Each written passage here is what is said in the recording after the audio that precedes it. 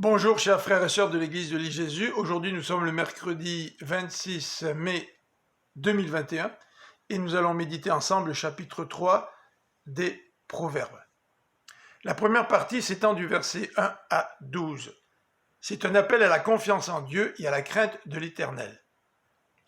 Pour connaître le bonheur, nous disent les versets 1 et 2, nous devons nous rappeler de l'éducation que nous avons reçue concernant la sagesse. Les versets 3 et 4 nous indiquent comment obtenir la faveur de Dieu et celle des hommes. Eh bien, c'est par l'amour et la fidélité.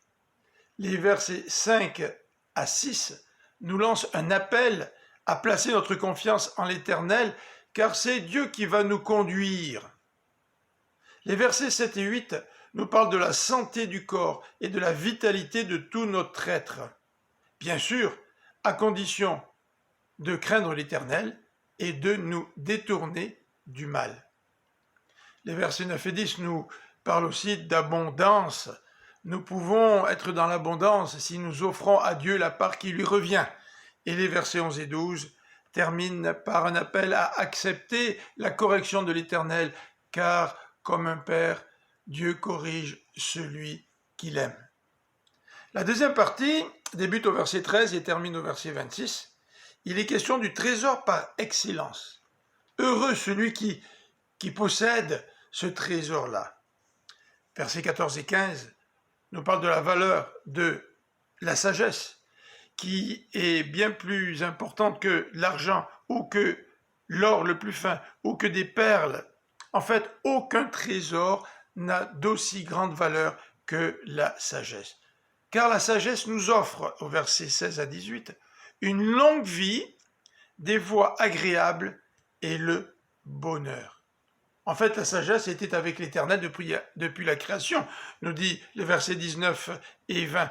Et cette sagesse nous apporte vie, sécurité et paix, telle que nous le décrivent les versets 21 à 26.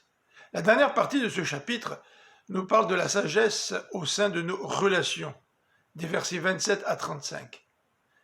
Fais du bien à ton prochain. Ça, c'est la marque de la sagesse, versets 27 et 28. Et si tu fais du bien à ton prochain, tu ne lui feras pas de mal et tu ne lui chercheras pas querelle, précise les versets 29 et 30. Dans ce contexte de la sagesse, l'auteur nous encourage à ne pas envier les méchants, au verset 31, pour terminer cette troisième section en faisant des parallèles entre deux catégories de personnes, des versets 32 à 35. Tout d'abord, le verset 32. Le parallèle nous présente le pervers d'un côté et les hommes droits de l'autre. Au verset 33, il nous présente le méchant d'un côté et le juste de l'autre. Au verset 34, il nous présente les moqueurs d'un côté et les humbles de l'autre. Et le verset 35 nous parle des sages d'un côté et des insensés. Eh bien que cette sagesse puisse porter du fruit dans notre vie, non seulement dans notre rapport avec Dieu, puisque la sagesse nous encourage à craindre l'Éternel, mais la sagesse aussi va porter du fruit dans nos rapports interpersonnels, dans nos rapports avec notre prochain. Que Dieu vous bénisse. À demain.